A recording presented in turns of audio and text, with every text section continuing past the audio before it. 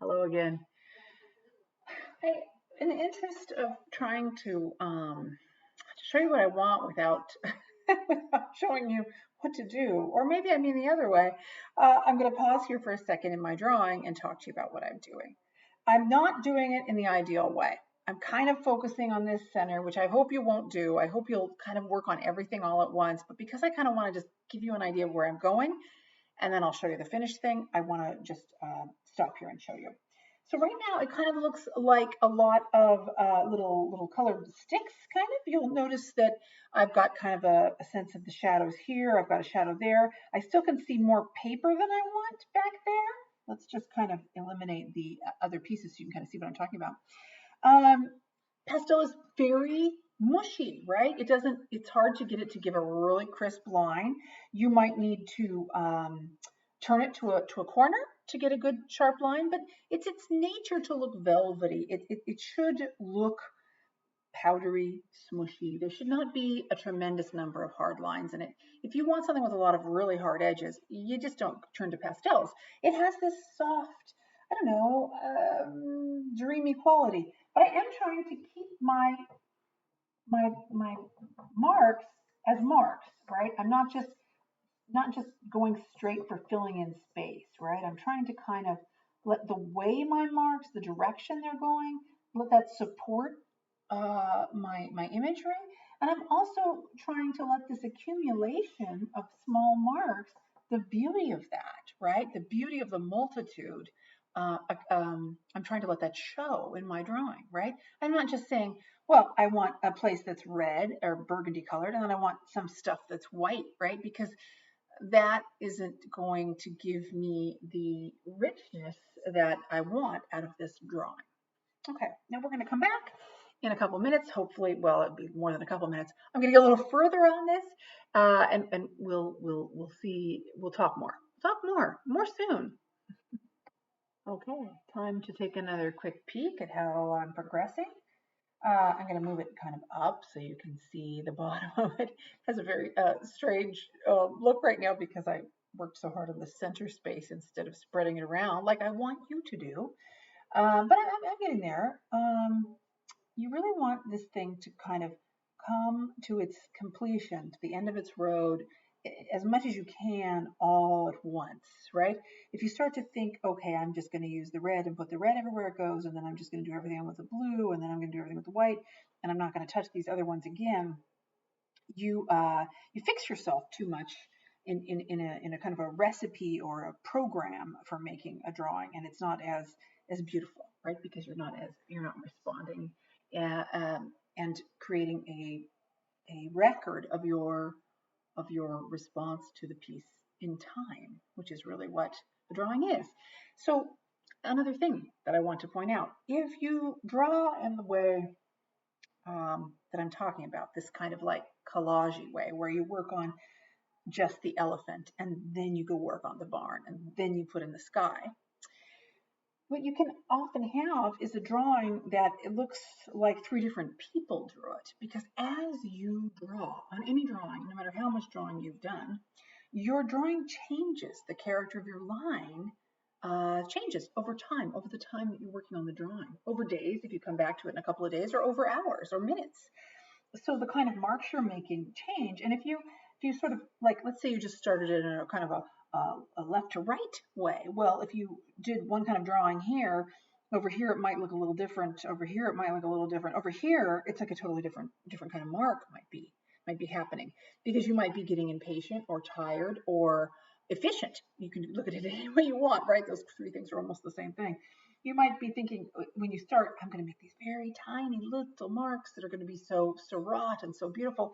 And then later on, you're thinking, I want to get this done. I'm kind of hungry. I want to go get a sandwich. And you might start using a faster kind of line, which communicates a different kind of a feeling, right? Like a really quick percussive line, or you might be making a thicker, longer line, or you might be, oops, I moved a cherry, or you might be slowing down and you're drawing. Maybe your lines are shorter but darker, or maybe they're just more rhythmic, like this. It'll sound like this. Hopefully, you won't be driving your roommates too crazy. Okay, we're going to come back to this. I'm going to put it on pause and do a little more work and show it to you again.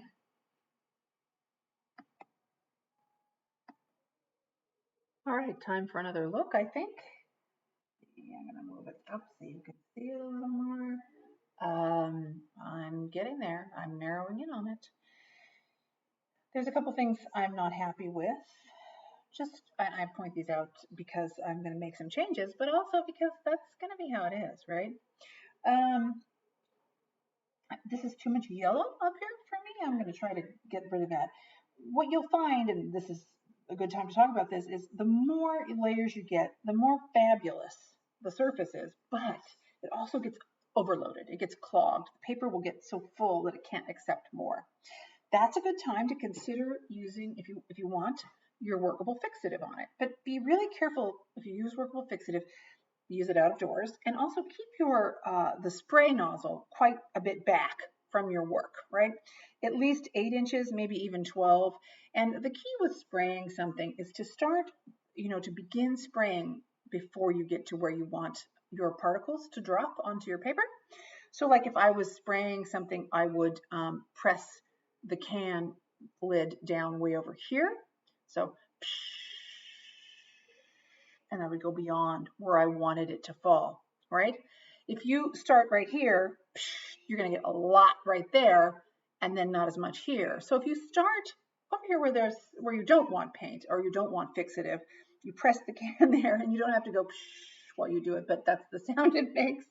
And then move your spray pattern across, you get a more even, nicer coat. Because remember, that's one of the things that fixative is going to do. It is going to darken everything and deaden it just a little bit. So if you use it, it's fine to use it and then put some more pastel on it, but be aware that it's going to kind of change the way your drawing looks. So what else can I do here if I don't want to use fixative? I could probably pull some of that out with an eraser, probably like an art gum, like a kind of a coarse eraser, and I might do that. I'll see if I can't get enough white over it because I don't like how yellow it is. I will try to pull some back out with my eraser and then put a new color down on top, if that makes sense. Now, I remember I said don't smudge the pastels. Near to the end, you might say, no, I really want it. Like, I don't like that line right there. I want it to be softer, not so active, because all these little needly pieces, these little bits of the line are pretty visually demanding, and you might want some areas where it's a little bit quieter, and that's a fine time to meld them a little bit with your finger. This is an okay time to do that, but please don't get carried away and have it turn into this like model sort of finger painting thing, okay? All right. And of course, remember, you only have to do it this way once. After this drawing, you can go and use pastel in whatever way you want, and you never have to follow my instructions on it again. So think about that. Okay, let's pause again. Okay. It's hard for me to tell if I've unpaused it or if I've been recording. I hope I haven't lost everything I wanted to give you in terms of recording it, but you're getting down to the end, right? What should be happening? There's a couple things that should be happening. One thing that should be happening is you should be starting to look more at your drawing and less at your still life, because now you have a drawing, right? You have this drawing and you need to make some decisions about whether it's doing what you want, because although you want to observe these colors and these shapes and these shadows faithfully, you also know that this is a drawing. It is not actually meant to be eaten like cherries, and so you can start to make some decisions about what would make the drawing the best, and leave aside a little bit the the faithful reproduction of reality, so to speak. So what do I mean by that? Well, like for example, I still don't really not happy with that yellow up in the top corner, but I don't know what I'm going to do about it. So I think I'm going to have to live with that. It didn't erase very well, and yours won't either. I'm starting to think about like the way these lines are leading my eye around, right? There's a lot of like lighter pieces that are kind of pointing towards the center, and that's pretty good.